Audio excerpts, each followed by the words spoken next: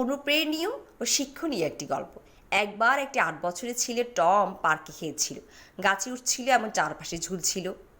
খেলতে খেলতে সে ৩০ ফিট উঁচু একটি গাছের উপরে উঠে তার একটি ডালে ঝুলে ধুলছিল। ছেলেটি মজা করছিল এবং বুঝতে পারেনি যে শাখাটি ভেঙে যেতে পারে। তার চাচাতো ভাই জিম, যে তার চেয়ে মাত্র ২ বছরের বড় ছিল, একই গাছে খেলছিল।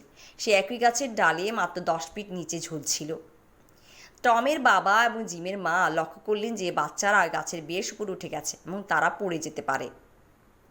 বাচ্চাদের ফিরিয়ে আনার আগেই হঠাৎ দমকা হাওয়া গাছের উপর এসে পড়ল এবং গাছ দুলতে শুরু করলো। টম তার বাবার কণ্ঠস্বর শুনতে পেল, টম, শক্ত করে ধরে রাখো। অন্যদিকে জিমের মা বললেন, জিম, পড়ো না। ঠিক সেই মুহূর্তে তারা দেখতে পেল যে জিম সেই গাছ থেকে পড়ে গেছে, এমন সামান্য আঘাত পেয়েছে। টম বাঁচার জন্য গাছটিকে আঁকড়ে ধরে রেখেছে।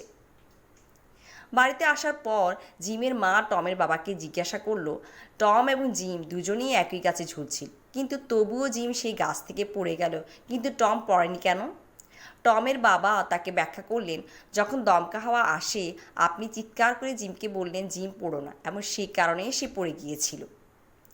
তিনি ব্যাখ্যা করলেন, আপনি যখন পড়ো না এই নেতিবাচক শব্দ ব্যবহার করলেন, তখন জিমের মনের মধ্যে নেতিবাচক চিন্তা তৈরি করে মস্তিষ্ককে নির্দেশনা দিতে খুব অসুবিধা হয়।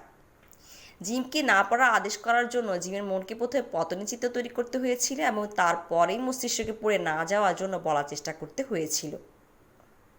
কিন্তু টমকে আমি যখন শক্তভাবে ধরে রাখতে বললাম, যা ইতিবাচক, তখন টমের মন একটি তাৎক্ষণিক চিত্রকে ধরে রাখা এবং মস্তিষ্ককে নির্দেশ দিয়ে শক্তভাবে ঝুলে থাকা। জিমের মা এখন পার্থক্য বুঝতে পারলেন।